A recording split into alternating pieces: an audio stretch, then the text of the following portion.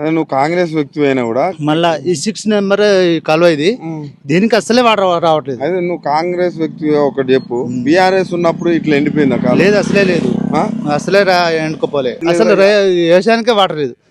ఇప్పుడు దేకర ఉన్నప్పుడు టిఆర్ఎస్ ప్రభుత్వం ఉన్నప్పుడు పుష్కలంగా వాటర్ ఉండే, ఎక్కడ చూసినా అక్కడ వాటర్ ఉండే, ఏ ఇబ్బంది ఉండలేదు. మరి ప్రజాపాలన తెచ్చినట్టు ప్రజాపాలన ఈ సేవ అంతా ఫేక్ ముచ్చట్లేదు, అంత వేస్ట్ ముచ్చట్లేదు. రేవంత్ రెడ్డి మాటలు ఎట్లా చూడాలి? ఏంది అవి అనుకోకుండా ఇది పరిస్థితి అంతే. ఆయన ప్రజలు అన్నారు వేస్ట్ పాలన, వేస్ట్ ప్రభుత్వం, చేతగాని తనం, ఏం చేయట్లేదు. కనీసం రైతులు మనం చేసేది. మీరు ఓట్లు వేయాలని అప్పుడు అడిగినప్పుడు ఇప్పుడు అంటారుగా ఏమైనా ఓటేయంటివి ఏమైనా అడిగినా మేము సమాధానం చెప్పలేకపోతున్నాం. నేల తలకాయ వేసుకొని పోవడం తప్ప లేదు.